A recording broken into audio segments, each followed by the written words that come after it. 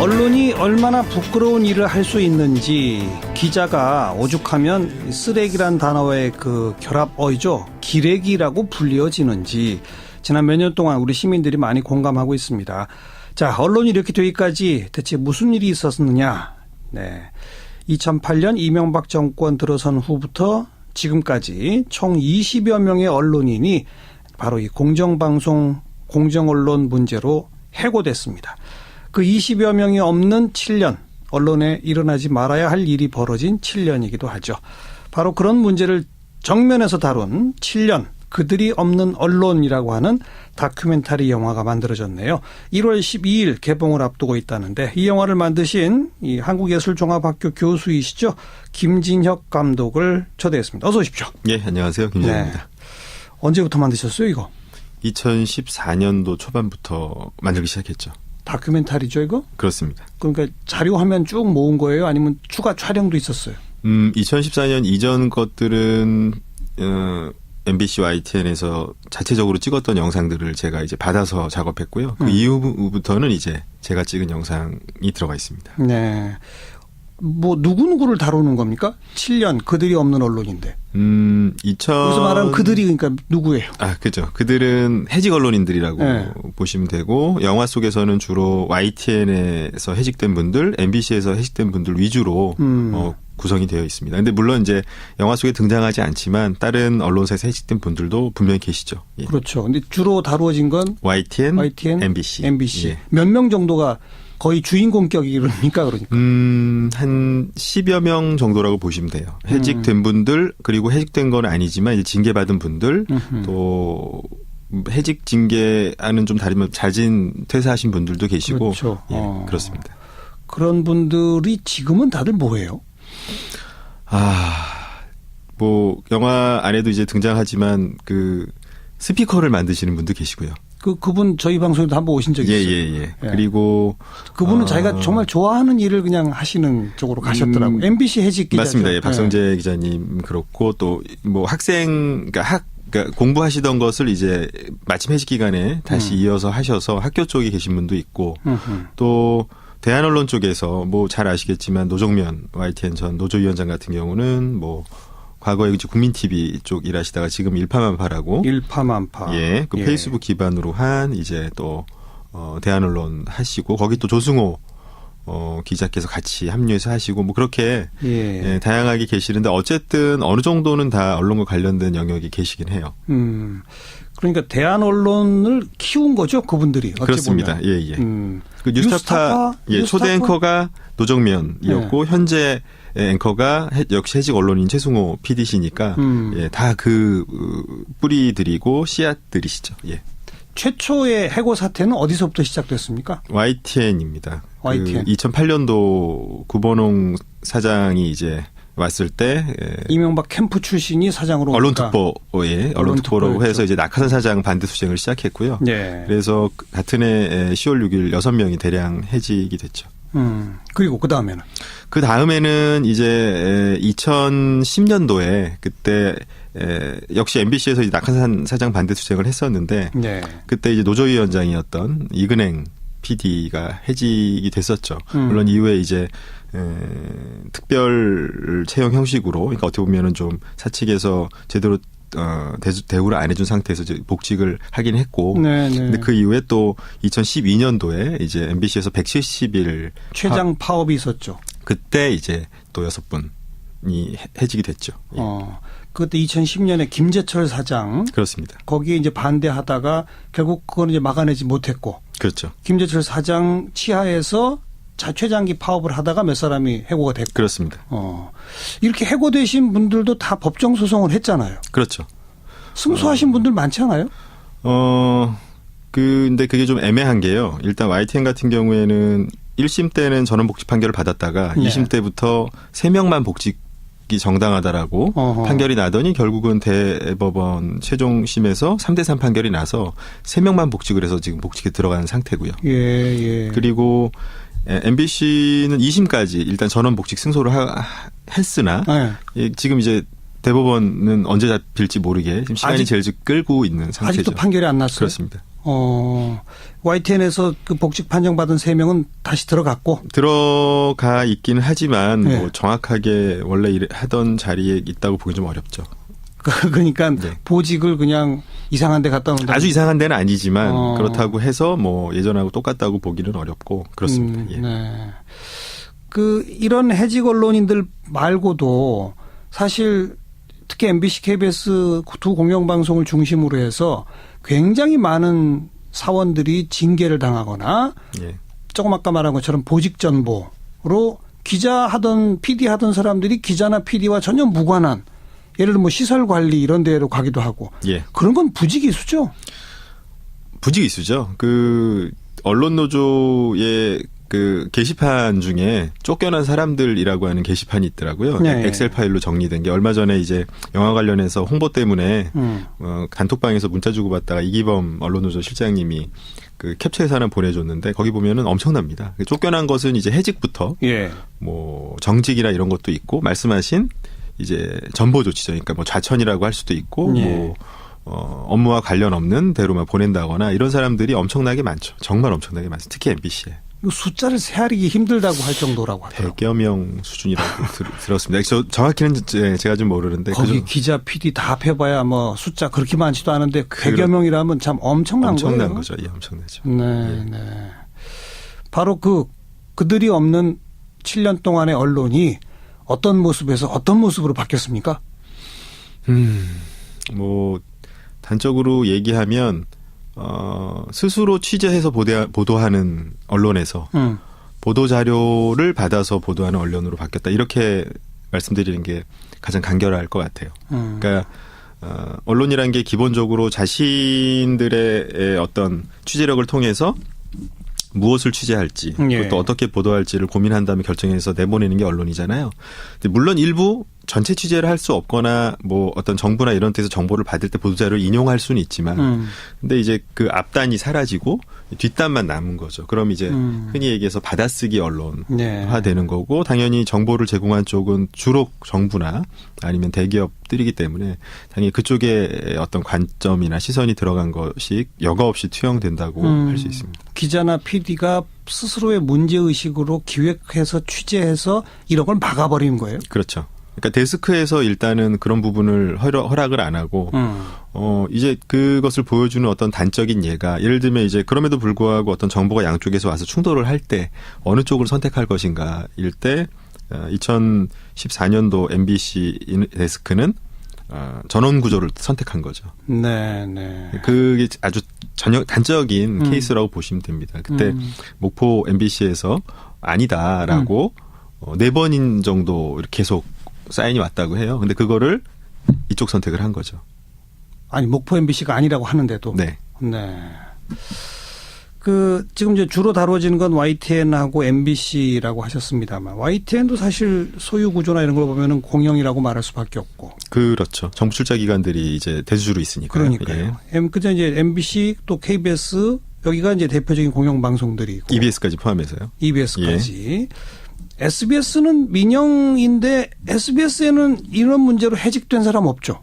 예, 그런 걸로 알고 있습니다. 그죠? 예. 이거 참 아이러니해요. 어떻게 보면. 그러니까 사실 그 공영 언론이 가지고 있는 어떤 특징 중에 하나가 지배구조 내지는 사장 선임 구조라고 하는 것이 정치권의 입김을 직격탄을 맞을 수밖에 없게 돼 있다는 데 있거든요. 그 새 언론사의 공통점. 정정해야 됩니다. 정치권의 입김이 아니라 대통령의 입김. 그렇습니다. 예. 네. 대통령의 입김이. 그러니까 사실상 대통령이 임명을 하기 때문에 그러니까 오히려 SBS처럼 어쨌든 사주가 있는 방송 같은 경우는 그래도 그 결정을 뭐 어느 쪽 선택을 하든 사주가 이제 컨트롤할 수가 있는데 예. 나머지 방송들은 사실상 대통령이 임명한 사장이 오기 때문에 그 사장은 자기가 뭔가 결정할 수 있는 사람은 아니고 눈치를 볼 수밖에 없죠. 예. 눈치뿐 아니라 적극 나서 충성까지. 그럴 가능성은 대단히 높습니다. 지난 7년에 이 해직 언론인들의 모습만 쭉 취재하신 게 아닐 거 아니에요. 예. 우리 언론의 어떤 변화상도 들어가 있을 거 아닙니까? 예, 예. 제일 많이 망가진 방송사가 어디입니까? 연출 입장에서 그 망가진 방송사라고 하기보다는 제일 많이 그 투쟁을 했던 분들이 고초를 겪은 방송사라고 할게요. MBC라고 할 수 있고요. 왜냐하면 이제 MBC 같은 경우는 좌천된 것 더하기 그 비어진 자리에 새로운 인력들을 또 뽑아서 메꿔버렸거든요. 네. 아예 돌아갈 자리가 없어지게. 그 돌아갈 자리가 없는 것뿐만이 아니라 만약에 나중에 소위 이제 뭐 이런 부분들이 해소가 정상화가 된다고 하더라도 이제 어떻게 해야 될지가 굉장히 이제 곤혹스럽게 새로 되는 뽑은 거죠. 사람들과의 또 충돌도 예상될 수도 있고. 그렇죠. 그리고 무조건 또 그 뽑은 사람들을 다 그러면 뭐 나쁘다고 규정하기 어렵고. 굉장히 이제 물론 이제 그런 부분에 대해서 내부에서 잘 고민 치열하게 정리를 해나갈 걸로 예상하지만 어쨌든 그만큼 많이 망가뜨렸죠. 싸움이 길고 해고나 징계가 많은 곳일수록 더 많이 망가졌다. 이렇게 말하면 됩니까? 꼭 시간만의 문제는 아닌 것 같아요. 네, 왜냐하면 YTN이 훨씬 더 해직 기간은 오래됐으니까요. 그것보다는 약간 제 개인적인 소견을 담아서 이야기하면 어떻게 보면은 그 현 정권 그다음에 이명박 정권까지 포함해서 MBC에 대한 어떤 적의감이 굉장히 세지 않았나. 라는 생각이 들고 그러다 보니까 조금 더 그런 부분에 MBC가 심하게 결과적으로 그런 쪽에 영향을 받은 것이 아닌가 뭐 그런 생각은 합니다. 그 비리수첩, 광우병 그렇죠. 뭐 여기에 일종의 뭐 트라우마일 수도 있고 그리고 있는 이제 전통적으로 이제 종편 생기기 전까지는 어쨌든 뭐 진보 뭐 좌우의 문제는 아니지만 가장 리버럴한 쪽이 MBC였기 때문에 그러니까 비판의 목소리를 꼭 뭐 참여정부 때도 마찬가지고 어쨌든 그런 정권 비판적인 내고 이런 거에 항상 앞섰잖아요. 근데 그런 방송국을 제압하지 않으면 어렵지 않나라고 판단한 게 아닌가라고 추정이 됩니다. 그래서 참 역설적이게도 7년이 흐른 요즘에 와서 보면 저희도 매주 그 미디어 포커스 코너를 하거든요. 오늘도 이제 우리 김 감독하고 이야기한 후에 바로 할 텐데 매주 평가를 해보면 그 지상파 3사 중에서는 SBS가 제일 그나마 할 일을 하더라고요. 예. 이걸 뭐라고 설명해야 됩니까? 그러니까 사실은 영화에 대한 어떤 반이 봐주십사 얘기를 하면서도 약간 이제 반발이 이제 들어오는 부분이 그럼 그래도 너무 한 거 아니냐. 이제 와서 오랫동안 자리 지키고 월급 받아 먹었으면서 이제 좀 상황 변하니까 뭐 그런 거 아니냐는 식으로 생각하신 분들이 의외로 많은데 사실 공영 언론이라고 하는 것이 얼마나 소중한지는 아무리 얘기해도 부족하지 않을 만큼 중요하거든요. 물론이죠. 이거 주인이 국민인 언론이고 예. JTBC하고 SBS는 국민 게 아니잖아요. 물론이죠. 근데 그럼에도 불구하고 너무 그동안 이제 마음이 많이 상하신 거예요. 그래서 그 부분이 사실은 이렇게 뭐 한탄하고 이렇게 뭔가 이렇게 투정하거나 아니면 변명하거나 이런 것보다는 그냥 뭐 원론적으로 공영 언론 버리지 말아달라 이렇게 제가 말씀드리는 게 맞는 것 같아요. 이 영화의 결론은 그런 겁니까? 여러분 거니까요. 예. 국민 거니까. 국민 거니까 버리면 안 되고 손해시고 그리고 뭐 일각에서 이런 말을 해요. 오히려 지난 7년 동안 그런 공영방송 등등이 뭐 왕창 망가지는 그 대신에 대한 언론들도 커졌고 종편 가운데는 JTBC처럼 좀 리버럴한 입장에서 자기 역할을 하는 자기 위상을 차지하는 방송도 생겼고 뭐 오히려 잘 된 거 아니야? 뭐 이렇게 말하는 쪽도 있거든요.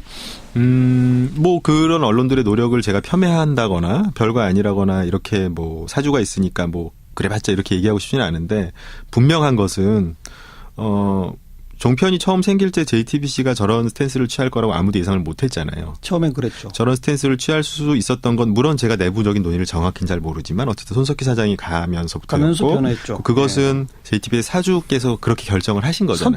선택한 거죠. 예. 아무도 그럴 거라고 예상하지 못한 근데 그 상태에서. 선택은 또 바뀔 수 있죠. 그러면 똑같은 이유로 아무도 그럴 거라고 생각하지 못한 상태에서 사주가 반대의 노선을 선택할 수도 있는 거죠. 그럴 수 있는 거죠. 예. 사주 마음이니까. 그렇습니다. 예. 그러면 그거를 국민이 절대 컨트롤할 수 없거든요. 그런 부분을 한번 생각을 해보시면 공영방송이. 예, 공영방송 일단 중심을 잡아주는 것은 대단히 중요하고 그 모든 나라에서 사실 그런 의미에서 공영방송을 유지하고 있잖아요. 그렇죠. 예. 그렇죠. 그래서 지금 뭐 야권에서도 촛불 민심을 받아서 적폐청산하자 할 때 꼭 언론개혁이 과제로 들어가지 않습니까? 그렇습니다. 예. 그리고 특히 그 언론개혁은 공영방송의 지배구조를 어떻게 바꿀 것인가라는 법 개정안들로 지금 쭉 이미 국회에다 나가고 있단 말이에요. 그렇습니다. 그런 법 개정 정도면 되나요? 일단은 뭐 부족하다고 생각하는 분들 분명 계시죠. 뭐 어정쩡한 거 아니냐, 기계적 중립 정도 잡는 거 아니냐라고 얘기를 하시는데,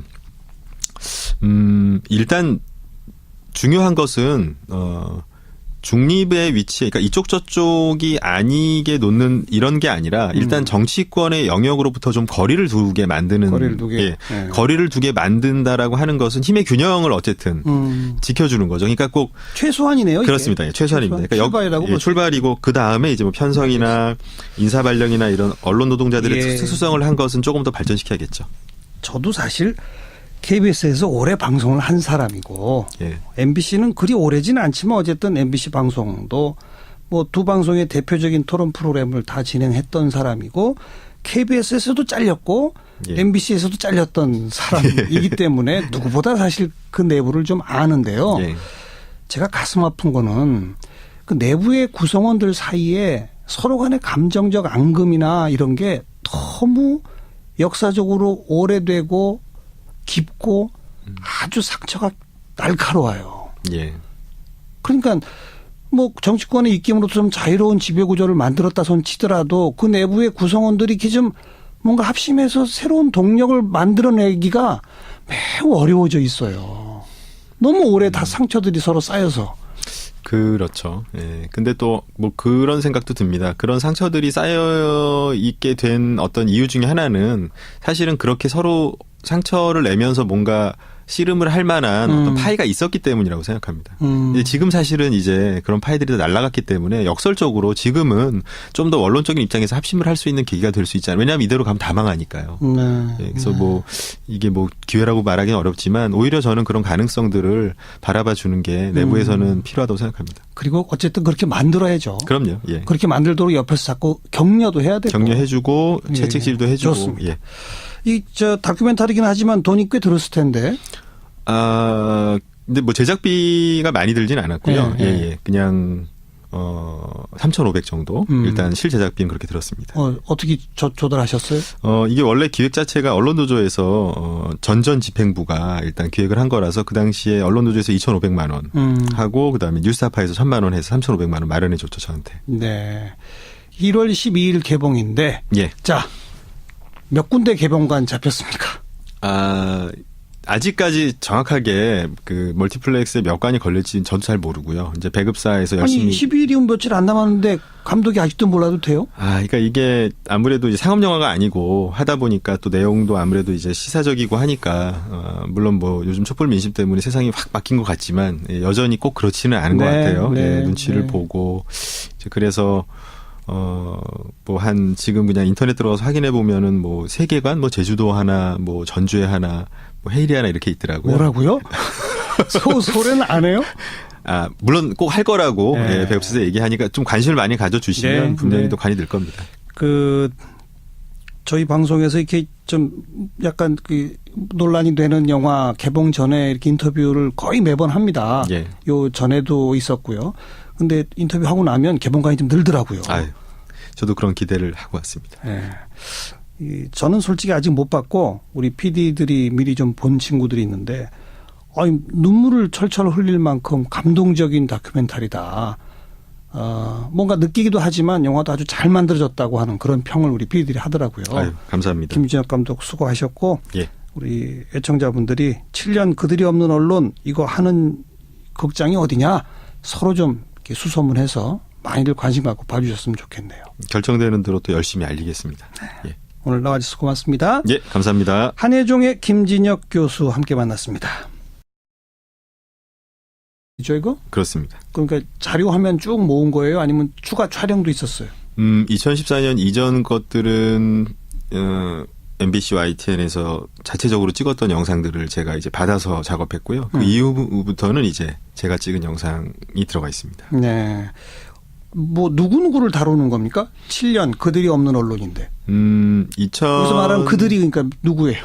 그죠. 그들은 해직 언론인들이라고 보시면 되고 영화 속에서는 주로 YTN에서 해직된 분들, MBC에서 해직된 분들 위주로 구성이 되어 있습니다. 근데 물론 이제 영화 속에 등장하지 않지만 다른 언론사에서 해직된 분들도 분명히 계시죠. 그렇죠. 근데 주로 다루어진 건 YTN MBC. 몇 명 정도가 거의 주인공격이니까 그러니까. 한 10여 명 정도라고 보시면 돼요. 해직된 분들, 그리고 해직된 건 아니지만 이제 징계받은 분들, 또 해직 징계와는 좀 다르면 자진 퇴사하신 분들도 계시고, 그렇죠. 예, 그렇습니다. 조정면이었고 현재 앵커가 역시 해직 언론인 최승호 PD시니까 예, 다 그 뿌리들이고 씨앗들이시죠. 예. 최초의 해고 사태는 어디서부터 시작됐습니까? YTN입니다. YTN. 2008년도 구본홍 사장이 이제 왔을 때 이명박 캠프 출신이 사장으로 언론특보에 언론특보라고 해서 이제 낙하산 사장 반대 투쟁을 시작했고요. 네. 그래서 같은 해 10월 6일 6명이 대량 해직이 됐죠. 그리고 그 다음에는? 그 다음에는 이제 2010년도에 그때 역시 MBC에서 이제 낙하산 사장 반대 투쟁을 했었는데 네. 그때 이제 노조위원장이었던 이근행 PD가 해직이 됐었죠. 물론 이후에 이제 특별 채용 형식으로, 그러니까 어떻게 보면은 좀 사측에서 제대로 대우를 안 해준 상태에서 이제 복직을 하긴 했고, 네네. 근데 그 이후에 또 2012년도에 이제 MBC에서 170일 최장 파업이 있었죠. 그때 이제 또 6분이 해직이 됐죠. 예. 그때 2010년에 김재철 사장. 그렇습니다. 거기에 이제 반대하다가 결국 그건 이제 막아내지 못했고. 그렇죠. 김재철 사장 치하에서 최장기 파업을 하다가 몇 사람이 해고가 됐고. 그렇습니다. 이렇게 해고되신 분들도 다 법정 소송을 했잖아요. 그렇죠. 승소하신 분들 많지 않아요? 근데 그게 좀 애매한 게요. 일단 YTN 같은 경우에는 1심 때는 전원 복직 판결을 받았다가 네. 2심 때부터 3명만 복직이 정당하다라고 판결이 나더니 결국은 대법원 최종심에서 3대3 판결이 나서 3명만 복직을 해서 지금 복직에 들어가는 상태고요. 예. 그리고 MBC는 2심까지 일단 전원 복직 승소를 했으나 네. 지금 이제 대법원은 언제 잡힐지 모르게 지금 시간이 제일 끌고 있는 상태죠. 아직도 판결이 안 났어요? 그렇습니다. YTN에서 그 복직 판정받은 3명은 다시 들어갔고? 들어가 있기는 하지만 네. 뭐 정확하게. 언론이 얼마나 부끄러운 일을 할 수 있는지 기자가 오죽하면 쓰레기란 단어의 그 결합어이죠. 기레기라고 불리어지는지 지난 몇 년 동안 우리 시민들이 많이 공감하고 있습니다. 자, 언론이 이렇게 되기까지 대체 무슨 일이 있었느냐. 네. 2008년 이명박 정권 들어선 후부터 지금까지 총 20여 명의 언론인이 바로 이 공정방송, 공정언론 문제로 해고됐습니다. 그 20여 명이 없는 7년, 언론에 일어나지 말아야 할 일이 벌어진 7년이기도 하죠. 바로 그런 문제를 정면에서 다룬 7년, 그들이 없는 언론이라고 하는 다큐멘터리 영화가 만들어졌네요. 1월 12일 개봉을 앞두고 있다는데 이 영화를 만드신 이 한국예술종합학교 교수이시죠. 김진혁 감독을 초대했습니다. 어서 오십시오. 예, 안녕하세요. 김진혁입니다. 네. 언제부터 만드셨어요, 이거? 2014년도 초반부터 만들기 시작했죠. 다큐멘터리. 그런 분들이 지금은 다들 뭐예요? 뭐 영화 안에도 이제 등장하지만 그 스피커를 만드시는 분도 계시고요. 그분 저희 방송에도 한번 오신 적이 있어요. 예. 그리고 그분은 자기가 정말 좋아하는 일을 그냥 하시는 쪽으로 가셨더라고요. MBC 해직 기자죠. 맞습니다. 예, 박성재 기자님 그렇고 또 뭐 그러니까 공부하시던 것을 이제 마침 해직 기간에 다시 이어서 하셔서 학교 쪽에 계신 분도 있고 또 대한언론 쪽에서 뭐 잘 아시겠지만 노정면 YTN 전 노조위원장 같은 경우는 뭐 과거에 이제 국민TV 쪽 일하시다가 지금 일파만파라고. 일파만파. 예. 그 페이스북 기반으로 한 이제 또, 대한언론 하시고, 거기 또 조승호, 기자께서 같이 합류해서 하시고, 뭐 그렇게. 예, 다양하게 계시는데 어쨌든 어느 정도는 다 언론과 관련된 영역이 계시긴 해요. 그러니까 대한언론을 키운 거죠, 그분들이. 어찌 그렇습니다. 보면. 예. 그 뉴스타파, 초대 앵커가